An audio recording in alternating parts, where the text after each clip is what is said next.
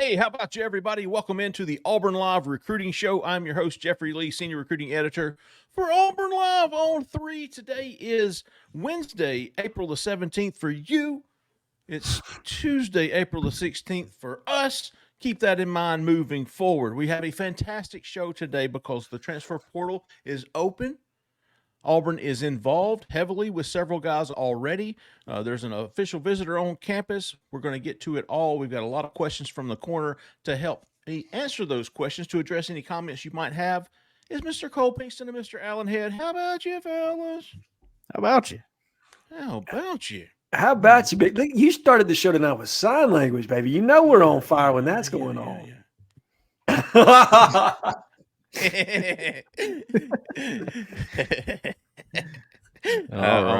All right. Yeah. Maybe I hope I'm the only one who got that. Yeah, for those of us that are on the audio version.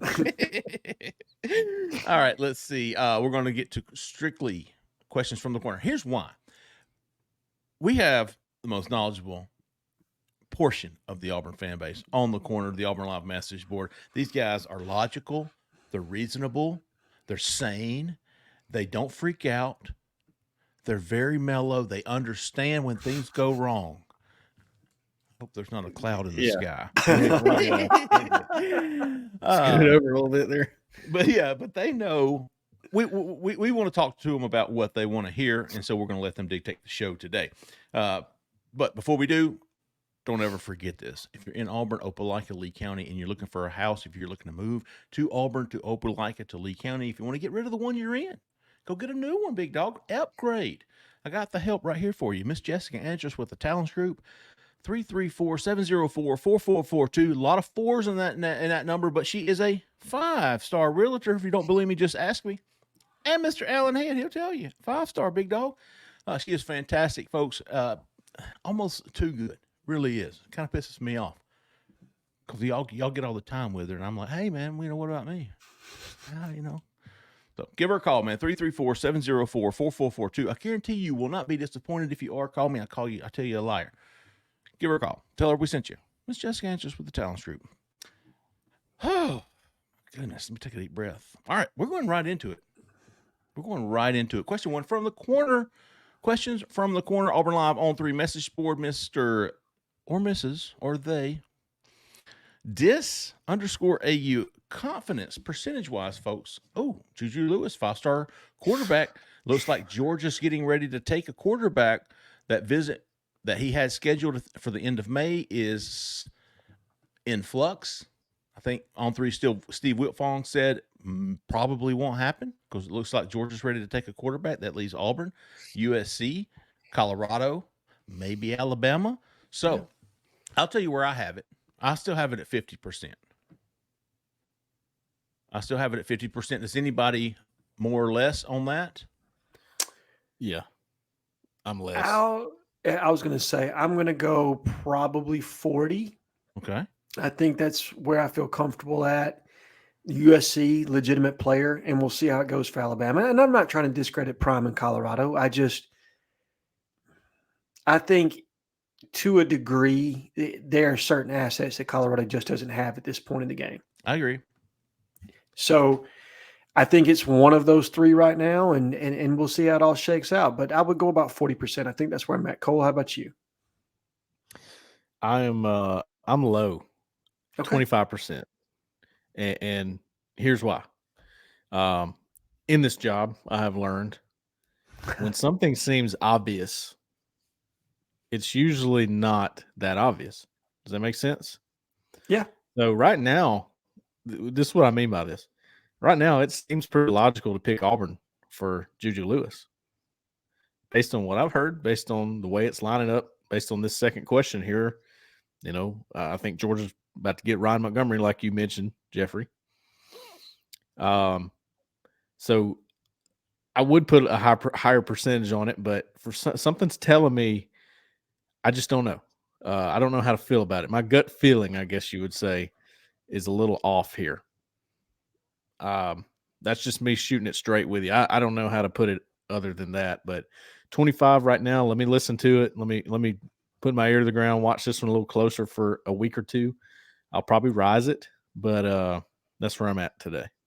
I would not argue with anybody's percentage on that kid. I think it's, but I will say the only reason I'm at 50 is I do think it's Auburn or USC. I really do. I think Colorado's kind of a novelty in his recruitment. I think he either sticks with USC or he signs with Auburn, and I'm getting that opinion from talking to people who know a lot more about this recruitment than I do, and they seem to think Auburn is a very real player here.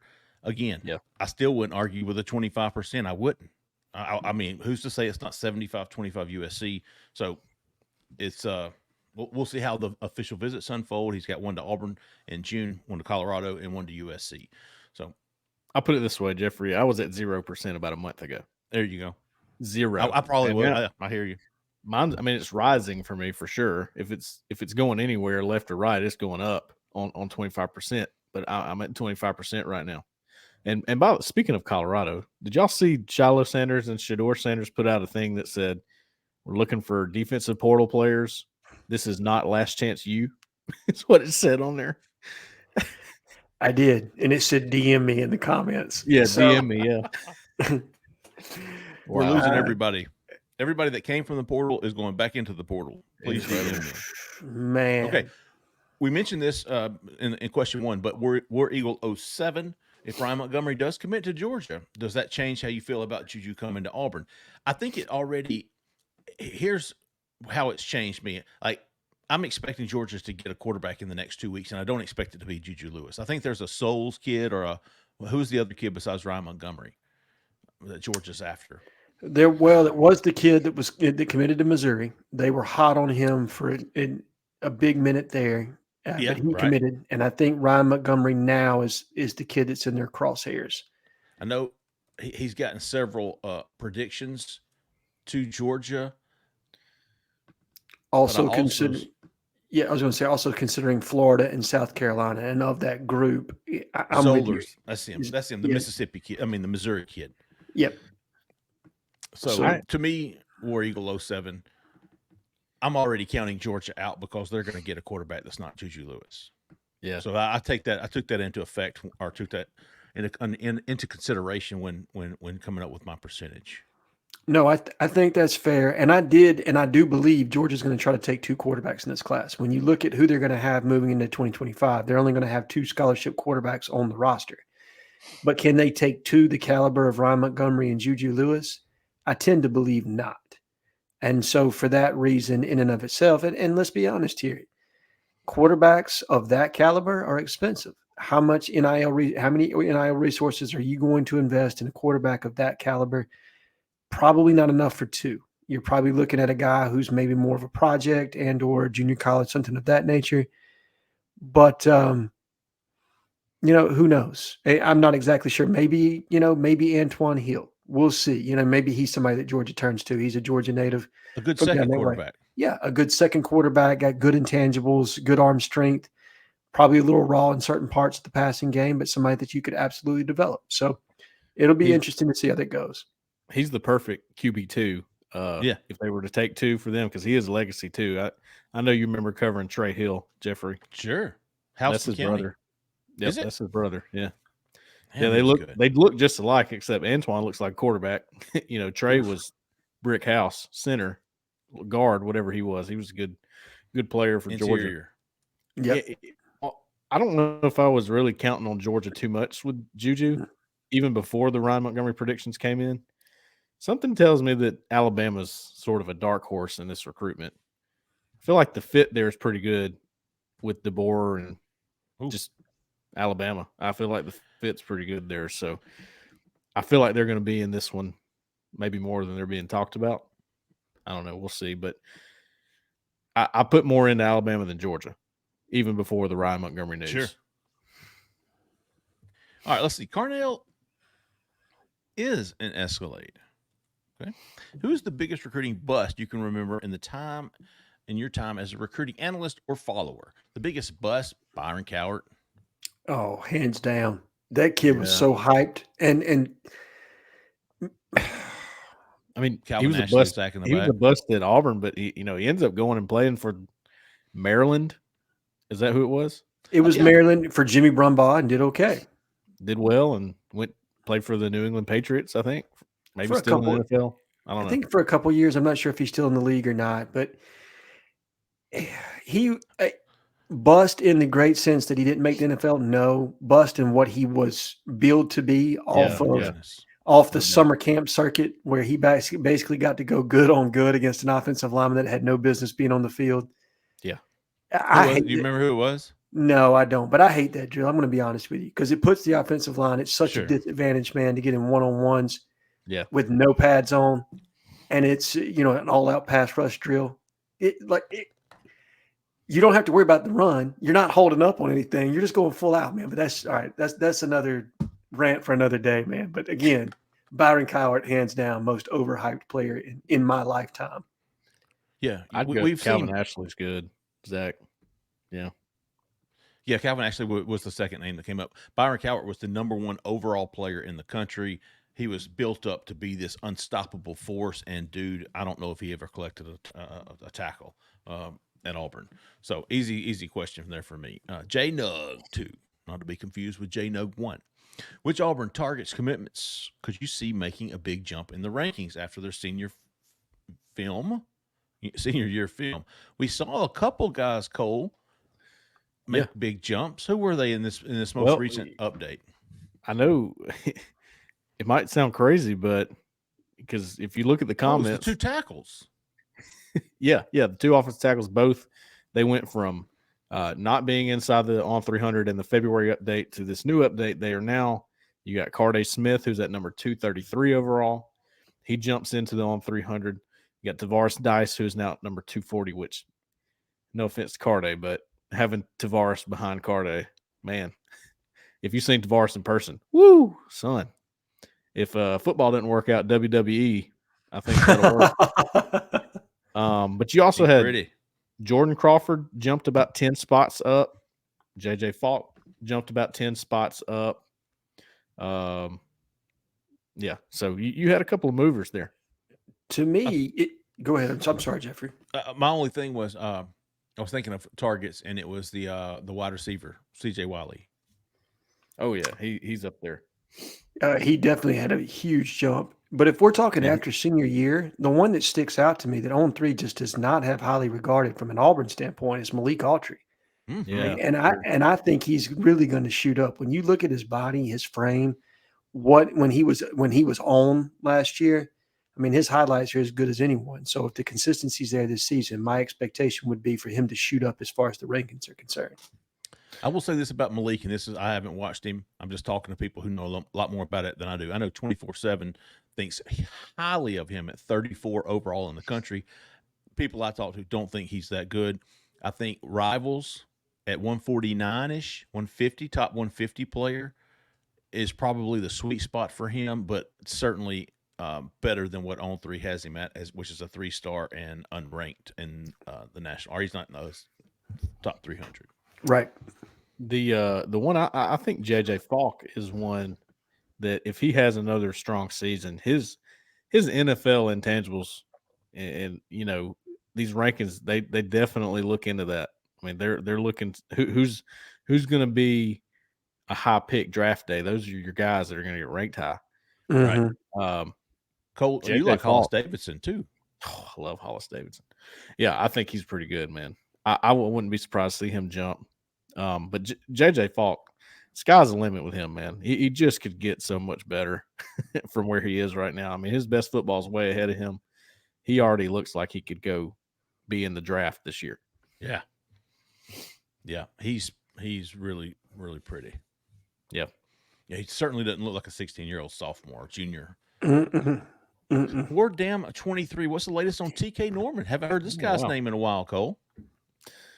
Yeah. I went to see him at Madhouse about 2 months ago. I think it was a month and a half.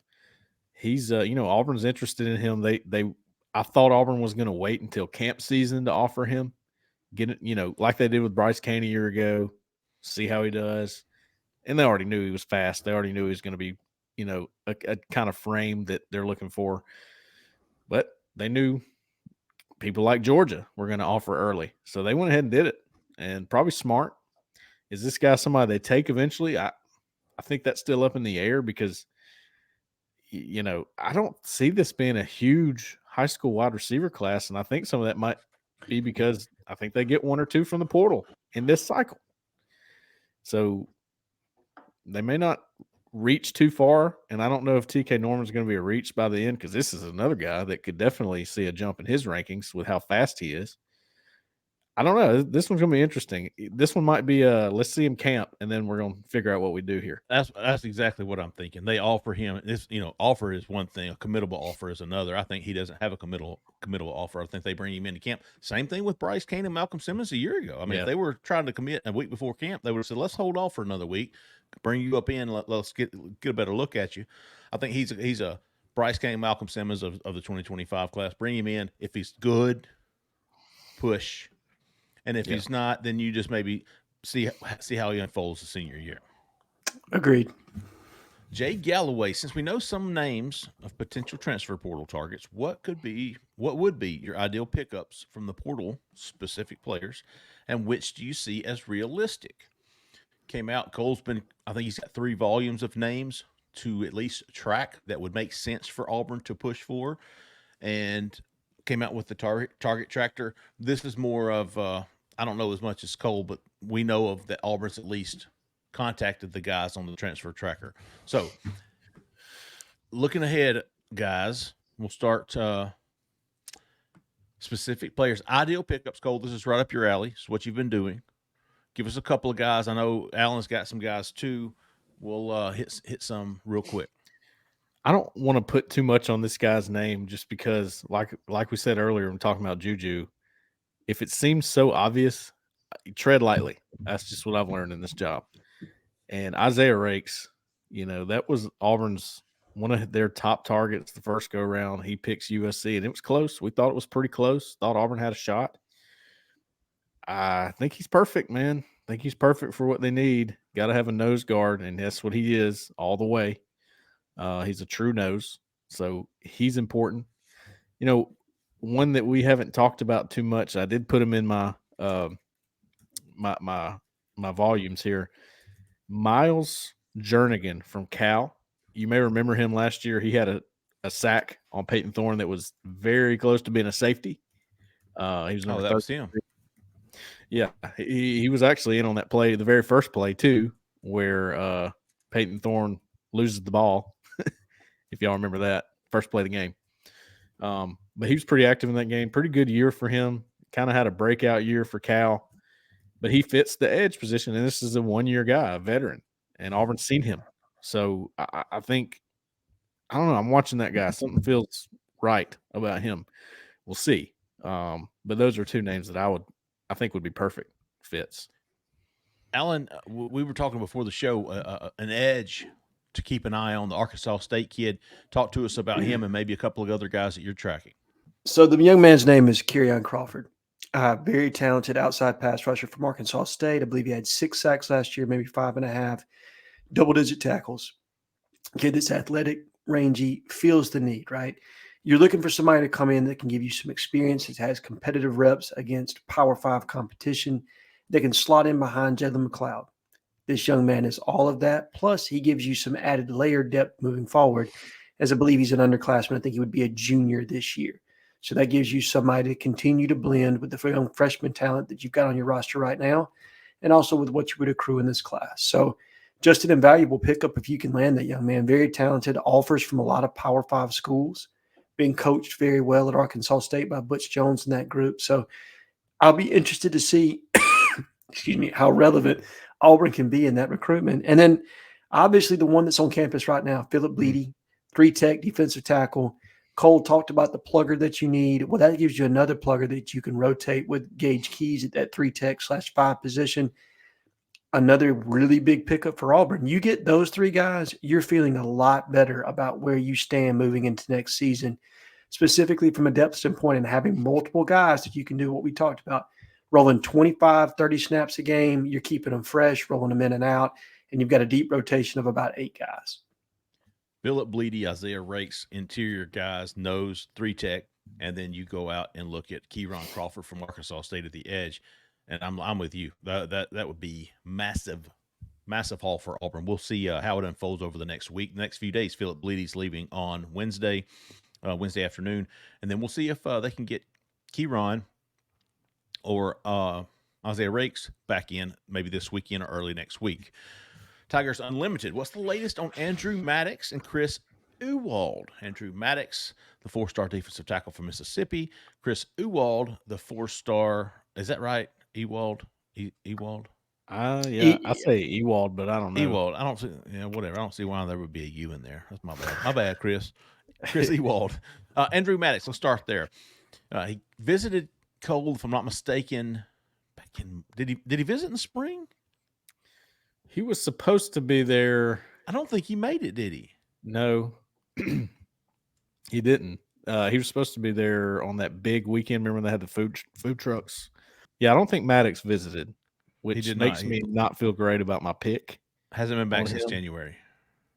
And you can see, on the RPM there, Auburn's right under Ole Miss because I have a pick in for him, but I got to monitor that one because, I don't know. I haven't heard much about him lately. It's kind of gone quiet on him. Yeah, he's been to Ole Miss a couple of times. A&M is also in the picture. But I tell you what, back when Jeremy Garrett was here, it was a different story. It was a different story. So, but that's I did talk to him, and he gave me a long quote about how much he liked Vontrell King Williams. So he likes him, no doubt. I don't know how much of a fall off there is from Jeremy Garrett to Vontrell. I don't know. I got to see him come back on campus before I can get you a feel on what's going on there. I mean, obviously, Ole Miss is the obvious pick. His brother's there. He's not committed right now, and he's definitely open to Auburn. So that's what's interesting. I see the Cam Franklin of 2025. Yeah. It's going to be tough. It's going to be tough to pull that kid out of Mississippi, especially with the way that Ole Miss is playing right now on the field. And if money's equal, his brother's there. That's going to be a hard one. And you guys talked about it. Jeremy Garrett was, I think, the real tie on that one. But that does not mean that Vontrell King Williams doesn't have other irons in the fire where he's going to be able to capitalize on some of maybe his Midwest background and pull a kid in, the Marshall kid from up there in Illinois. So we'll see how it all shakes out. So, there's ebbs and flows, and there are things that balance out. And I think this may be one that balances out, and you're able to still grab a good player. It just may not be this one. Chris Ewald, same kind of deal for me. Is I don't have Auburn's chances very high. He did visit now about 2 weeks ago, I think late March. Plans to come back for an official visit. I think he's got an official visit to Georgia scheduled. Miami is the presumed leader according to the On3 RPM. So I'm kind of at a standstill with Ewald, and I talked to him after he left the Auburn visit, and he was kind of like blasé. He was very blasé with his demeanor. So I didn't put a lot of stock into him. I will have him on my hot board when it comes out in a couple of weeks, but I don't think I'll have him very high. By comparison, Dante Core, different deal completely, right? So, and he may have taken that spot in the class. Auburn Hooper, how many running backs can we realistically carry? I.e., if Batty leaves and we bring in the Ohio State running back Dallin Hayden, is that likely to run off Cobb or Austin into the portal? It's a funny situation, isn't it? There's a wrench in there somewhere. Yeah, of course. When we first got that, I guess it was from Wilt Fong. Early Tuesday morning, I put it on the board. That garnered some interest real fast. Because it's like, whoa, what does that mean exactly? If you're reaching out to a running back, I think it means number one, Dallin Hayden. You probably don't recognize his name that much, but he was offered by Auburn, and I remember we had to track him a little bit. I think he might have visited or was close to visiting at one point to Auburn. I think Auburn was considered at least somewhat. So there's some familiarity there. And look, they think that might mean somebody's leaving. Is it Batty, Cobb? I mean, I don't know. I don't really know. I don't have the intel on that. Seems like Batty would be your guy because he entered before. And seems like he would do it again. I think Auburn fans don't want it to be Cobb. but is it unrealistic for Cobb to leave? Guess not. You know, Is it unrealistic for Austin to leave? Let's be honest here. There are a lot of teams out there that are shopping for a number one running back. Damari Alston had a good season last year. I could see where another team that's in the need of a good running back is made some overtures there. So yeah. I don't think anybody really knows what it means. Auburn probably could carry, Jeffrey, what do you think? 5 to 6 backs, I would think, scholarship-wise, on your roster, contingent on what your need is. Right now, you're only at 4, 5 if you count Sean. So, and I think he is on scholarship if I remember correctly. Yes. So you're at 5 scholarship running backs right now. So you could take another one and not necessarily have to purge somebody out of the backfield. But to me, it probably means somebody's leaving. Who that is, TBD at this point. It would for me. This seems like a stretch to get a guy like Hayden in because of what's already established at Auburn. This guy's looking for a place to play, and Right. convincing him that he's going to be jumping Jarquez Hunter and Damari Alston and Jeremiah Cobb. Maybe I don't know if he fits the same role, but I just to me that's obviously it's worth mentioning that Auburn's reaching out to running back. But man, the odds of getting a guy like that with 2 years of experience left or eligibility left, Let me ask you, are they hedging their bets? Now that's, you know what I mean? Do you hedge some if you feel like you've got somebody that's on your roster that's contemplating getting into the portal? Do you establish contact to say, you know what, that way you're not behind the 8 ball in case they do? Sure.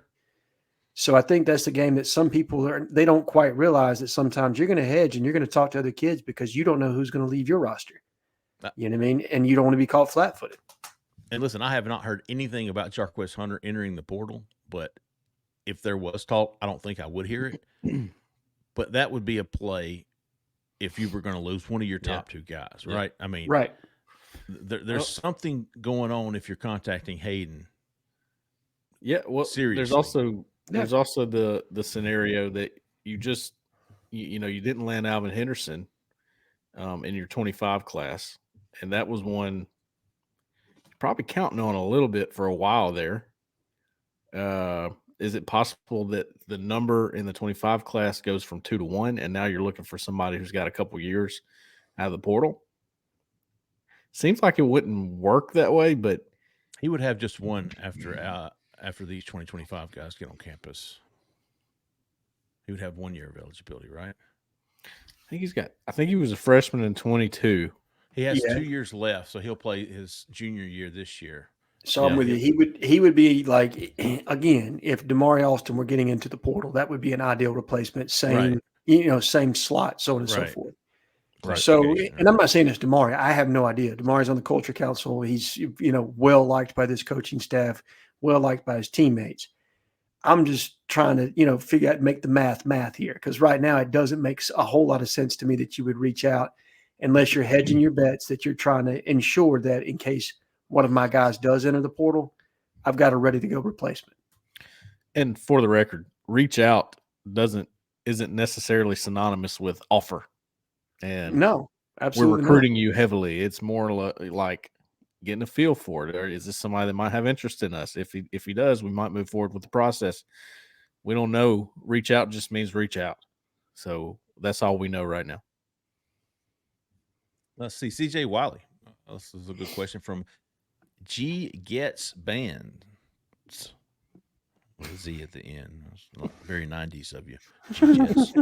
Where do we sit with CJ Wiley after the OV? Do y'all feel like he could commit somewhere soon? Also, where do we stand in that Tyler Atkinson recruitment? CJ Wiley came in for an official visit the weekend of the 8A game, same weekend as Husan Longstreet, who has since committed to A&M. We did not talk to CJ Wiley when he left. However, we have done some digging and went extremely well. Auburn was very pleased with how that visit went and have very, very high on the board. I think Cole has said in that top spot. I wouldn't argue that. I think Caleb Cunningham and CJ Wiley are up there in that 1A, 1B. Flip a coin to see who gets the A spot. Right. So, but yes, they do expect him to commit soon, and how soon I don't know. Might be maybe July, because he's going to still take some other visits. I think Georgia's in there somewhere. I think he's got an official visit scheduled to Georgia Alabama is in there as well, and I think those are the three main contenders. I think Auburn's viewing those two as their top contenders. So I would agree. Yeah, if he's taking OVs this early, you'd have to think he's getting ready to figure something out here, and I think he is. Probably not in the month of April, but Mayish, mid-May, late May. That might be what we're looking at here. Or I tell you what, June. this is the kind of kid I think you landed Juju Lewis in the class. I think that gets gets this kid's attention. Like you land Juju and your odds go up significantly of landing him, in my opinion. Completely agree. I think. Let's see. He's got official visit to Alabama in June. I don't know that he'll have a decision before then, but who knows? I mean, if he does, it'd be great for Auburn. Yeah, agreed. My guess is this is the kind of kid whose dad is going to have him take all of his visits before he commits. Like that's just the feel I get of the situation. Super nice guy, his dad. Tyler Atkinson. Tyler Atkinson's another kid who visited Auburn in the spring and probably at or near the top of Auburn's linebacker board. 2026 kid. I think he's the number one linebacker in that class. But early returns on him in Auburn, I would say Auburn's top three for him. I know Georgia's going to be tough to beat for him for any future 5-star in that state. Yeah, a long way to go for him. I really like where Auburn sits though with him. I've heard some good things recently about Tyler Atkinson. What I'm telling you, Kenyatta Watson's got a strong relationship with this guy. This is a close one for him. So that might mean something in this recruitment down the road. I think Auburn's in a pretty good spot. Obviously Georgia, like you said, but definitely heard good things about him lately with Auburn. Don Lemon, AU, of all the portal players that you've mentioned, if you could take any four, who would it be? Well, I'd start with the three we mentioned earlier. Yeah. Cole might take somebody over Rakes. I'll take Rakes. I'll take the Arkansas State edge. I'll take Philip Bleedy. Yeah. And you know who else I'd take? I would take Traquan Fagans. Okay. And not so much for him, but for what it would mean for his brother. Sure. And that's contingent on if, and I assume that they do, that family would want them to play together at the next university. Maybe they just want what's best for each individual one, so long as Traquan's back in the Southeast, because I do think that's a consideration. If you look at that list that Steve Wiltfong put out, or maybe it was Chad Simmons of schools that have contacted him, every one of them are in the Southeast. So it makes me think the kid's a little bit homesick being out there on the West Coast. Things did not necessarily go probably as planned underneath Lincoln Riley and his soft ass defense. So, no, all things being equal, I'm with you, Jeffrey. I think that gives you a leg up in that recruitment if he happens to sign with Auburn. I can't see it hurting you, that's for sure. To have his brother and Charles Kelly on campus and be good.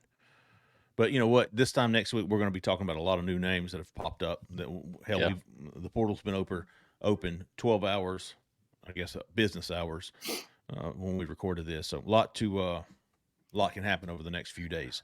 OT Keat. What are the odds that running back other than Batee and Jackson enters the portal? Is the interest in the OSU a sign that someone is leaving? Dude, he read our minds because I don't know that it's a sign, but it's certainly, what'd you call it? Hedging? Yeah. I call it hedging for sure. It's interesting. It's certainly very interesting that Auburn's reaching out to a transfer running back of that caliber with 2 years of eligibility left. Well, all right. And so let's lay our cards on the table here. These kids are receiving pay for play now, right? Sure. And if you have somebody that's potentially leveraging you, you want to be able to have a counter argument to say, okay, I've got interest from somebody else and they're willing to play for this amount of money.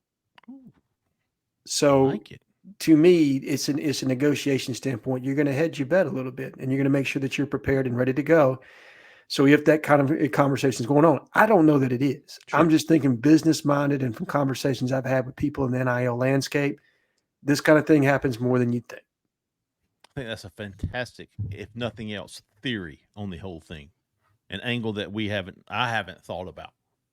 Very, very good job, Mr. Allen Head. Thank you, sir. Jack Boys with a Z. What's up with these Z's here, man? A lot of kids from the 90s coming out.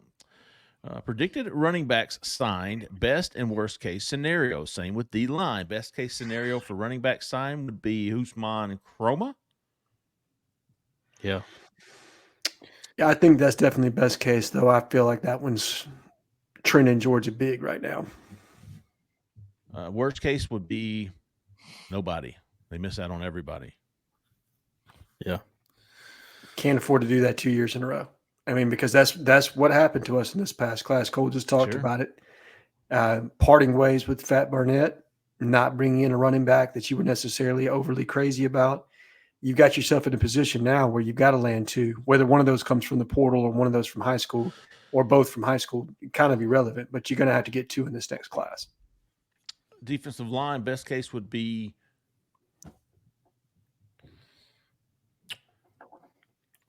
are you going to count maybe an edge, Isaiah Gibson?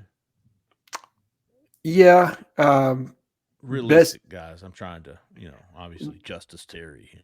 Sure. Realistic Zion Grady, probably, even though I'm not crazy about him. And I actually am higher on the Scroggins kid. Like I honestly, and again, I'm not trying to throw shade at Zion Grady by any means. He's highly regarded in the industry, and I certainly am not the end all be all when it comes to evaluations, but I really like the third Scroggins and his tape. But realistic, he's probably high end about what you can get on the edge, I think, in this class.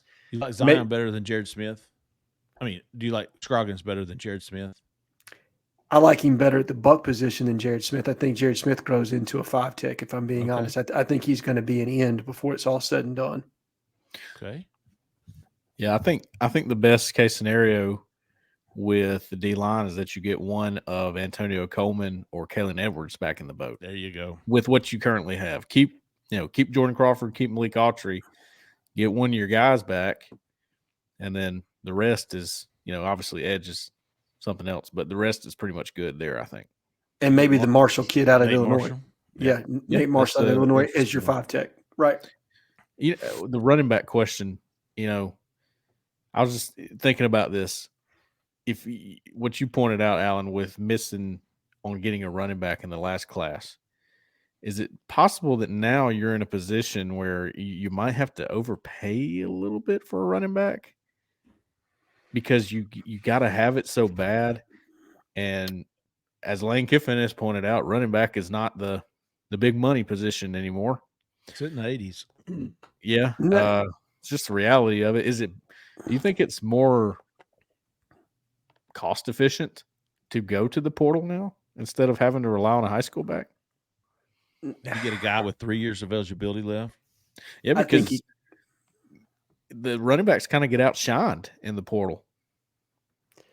I think it's possible for sure. And I think you can also – there are 3-star running backs that pop every year. You know what I mean? Oh, yeah, definitely. The question is, how much do you want to bet on your evaluation?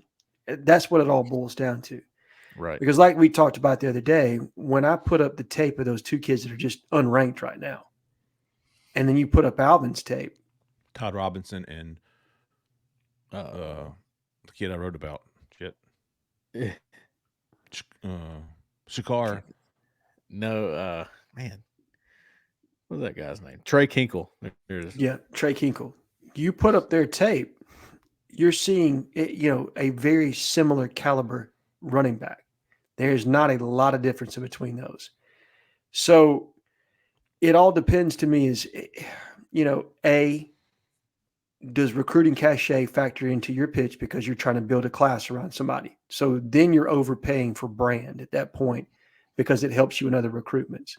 I could see that.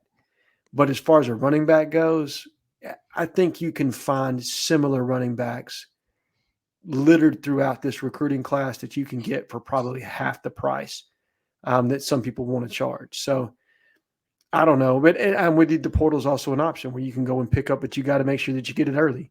You got to do some pre-portaling work to identify a kid and then make sure you get him into the portal. Because what you can't do is afford to go empty-handed into this next year. You got to get 2.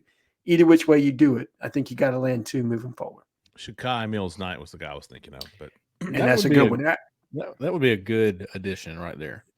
I think he's tier 1 status now. Boy, after seeing him in person, that's a big kid. And his tape, I liked his tape before then too. I didn't realize how big he was. 210. Well, actually, and then you do at Auburn, he was about 217 already. So do your homework on him, and you realize he's Canadian. He just played his first year of American football this past year, so he's only going to get better. This is a kid like Bryce Kane from last year that had, limited reps and exposure. Well, now you throw him a year of competitive football, and now he gets another year. Well, he's going to improve just from an experience standpoint, and the skill's already there on tape. But you see the skill. I mean, the schools coming after him. It's Miami, it's Oregon, it's Auburn, it's Georgia, Alabama. You know what I mean? It's a who's list that's competing for that young man right now. So if it were me, he would 100% be tier 1 for all the reasons we just talked about. Plus, I think he's somebody that's going to shoot up the rankings. BBP, gun to Allen's head. Allen head. Does Auburn take in more transfers than they lose? Yes. You've already got, you're missing 5 scholarships right now. You're only at 80. You can carry a maximum of 85 players. Yeah, you're going to take in more than you lose. I don't think Hugh Freeze likes to carry over scholarships. He might give one to a walk-on or something, but I get the feeling he does not like knowing I could fill 3 or 4 more spots. I feel like he wants to fill them. Well, and what does it hurt to find some 1-year guys? If you can't find somebody you love, find a 1-year guy that gives you a warm body for the back end of your roster, and then you maintain roster flexibility moving forward that you can fill with a high school kid in the next class. And worst case scenario, you got some injuries, well, you got somebody to throw in there. If you don't fill it at all, then what are you going to do? You know what I mean? Yeah. Let's see. A Byers, back to the running back situation. Who is the number 1 running back in this class right now on Auburn's board? You talked about Mills-Knight, Usman Chroma. I think the Morris kid committed to USC. I think he's still in there though. Yeah. I think you could probably Todd Robinson kid. Probably don't forget about Turbo Rogers. I think he's in there in the mix somewhere. The Alabama commit. Yeah. He's he went to IMG. He was at Pike Road. He went to IMG. Now he's back in Montgomery, but he's at Carver High School. Maybe. I think they probably turn to him a little bit more. I don't think anything has changed as far as the number 1 running back. I don't think Alvin was the number 1 running back. No, I think Kylan Deere was and is the number 1 running back. There you go. Yeah, I think AK Deere was number 1. I think Usman Chroma was number 2. Alvin was probably number 3. And then behind him in some combination, Turbo Rogers, Shakai Mills-Knight, and a handful of others. There you go. Yeah. I like it. All right, let's see. Hair La Jama 54. Harley Jim is what I say in my head when I see him. Harley JM 54. Yeah. Whatever. Yeah. All right. Speaking of running backs, when you're recruiting your running backs, good question for both of you. What traits do you believe are weighed the most? You like speed? You like power? You like cutting ability? You like vision? You got a new guy in charge now where it's been Cadillac Williams. Now you got Derek Nix. What is he like? That's what's interesting to me about Shakai Mills-Knight. I don't see him as being this dynamic back. He's more of a, what's the word? Plotter. Sort of a pounder. He just hits it hard. He's heavy, runs hard, almost like your Cameron Petway back, but a little bit more, got some more ability than Cam did. That's why the only reason I'm hesitant on Shakai Mills-Knight. Do they want somebody more dynamic? Do they want somebody with some moves? Do they want somebody with some wiggle? That kind of thing. I don't know. I don't know what he wants yet. We haven't seen them land a back. So we know who they're going after. And Usman Chroma's got the whole package. A Kylan Deere has the whole package, in my opinion. Alvin Henderson has most of it. So all of it, you're looking for a combination. Got to be good speed and good vision, good power. It's got to be all of it. I don't think you lean on one particular thing. Well, and I'll answer it this way. You want a series of guys, a compilation of guys that all have different qualities. You want diversity in your running back room. If you've got the same guy, it doesn't offer you much, you know what I mean, as far as changing styles and trying to catch people off balance. So like Cole said, you want somebody that's well-rounded, that's got a combination of all those things, but you also want guys that accentuate different facets of your offense. So my only contribution to this would be I'm looking at the tier 1 and the tier 2 guys that we've all just named, and you've got big guys, you've got smaller, quick guys. There's not just a common denominator, except that maybe Auburn thinks they're special, they're different. And you look at Turbo, you look as opposed to Mills Knight, AK, Deere, Usman Chroma, all bigger backs, and then you've got guys like Turbo and Alvin, who don't have that size factor that those other two do. So I think the diversity and that it factor is kind of what they're looking at. All right, bonus question from Tiki. Any truth to the rumor that Cole Pinkston is being pampered with by Keith Niebuhr to convert to jorts? Is that a rumor? Cole, don't lie, big dog. You got a pair of jorts. Kobe cutting his grass in them. I was never what I do have, and they don't fit anymore, but some jeans that you cut off. Yeah. You know what I'm talking about? Yeah. Some of those. Yeah. Now listen, grass in jorts and cowboy boots, no doubt. Jean material was never good for me. I am a big thigh guy. Yeah. And look, if you're trying to start a fire, you can wear something like that. Or put on some corduroys or something like that, So I don't know about that rumor particularly. Okay. You heard it here first. It has been although I might be seeing Mr. Niebuhr here soon. I think me and him are going to meet up, go on a little recruiting trip. So that'll be fun. Cool. Man, that'll be fun. Hey, one thing we forgot to do last week because Alan Head and I didn't have Cole here to remind us. We forgot to do some how about yous. We will not make the same mistake this week. And I've got 3 from last week and I've got 3 from this week. So I've got a total of 6. Oh, cool half dozen how about yous. Does anybody else have any contributions to the how about you status? Oh, yeah. Okay. Go ahead, Cole. I'll have mine here short. I've got 1, 2, 3, 4. So I got 6. All right. Because I missed the show last week. But I wanted to give my 3 guy, Carmack, Lee Carter, nickel package. Okay. They got to get it because got to meet those guys, man. Awesome dudes. Loved it. So is Lee? What's Lee's username? Just Lee Carter. Lee Carter. Yeah, he said I ain't scared, big dog. I can't remember if there's a space in it or not, but it's Lee Carter. It out. Carmack, and nickel package. Yep, those 3 guys were great, man. And then I actually got to meet at the 8A game War Eagle Insider. How about that? I'm not. Yeah, I won't say your name. I don't know if you want to be exposed like that, but hey, great guy. Definitely one of our young members. Okay. Me and him talked a little bit, shared the gospel a little bit. I always enjoy that. Dude's got his head on right. I'm a big fan of War Eagle Insider. So he gets a how about you from me. Mr. ODP. I can't repeat it, what he said, but let me just tell you, I'm going to tell y'all afterward. It's hilarious. Is it MRDP? Yeah, it's Mr. like MR dot and then capital ODP. And then our guy, he's gotten a few how about yous from us is B-Dye. There you go. That's always a good one. Yeah. What's wrong with the B-Dye? How about you? No. Oh, yeah. All right, Mr. Alan Head.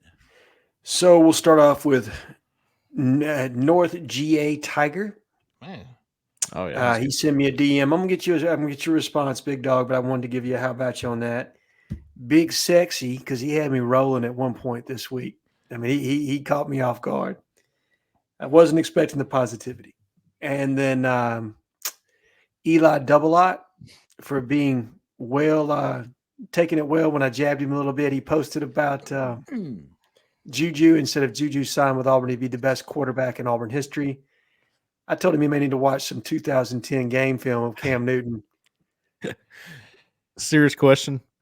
Sure. Is Eli Double-Lot the new Rice? Ooh. He's making a push. You think he's posting at work? Right. I think Rice has a burner, and that's it. You think Rice has got a burner? That's my theory. That's my theory. Okay, Eli, call into the show. Prove that you're not Rice's burner. There you go. Oh, you still got some more. And then Mr. Soul. Oh yeah. Mr. Soul wanted me to change my name to A-Head to rhyme with J-Head from before. You know? That was an option. It was an option. Mr. Soul, he was trying to drag me in with Nate Oates. Was he? Yeah. Somebody said, get this bammer out of here. I meant to give them one. You probably got them written down. That was funny. Let's see. I got you. How about you to Andrew at Butcher Paper in Opelika? Hey. Andrew got they've got good collard greens and they got pepper sauce. Ooh. And they do now, don't they? Yeah.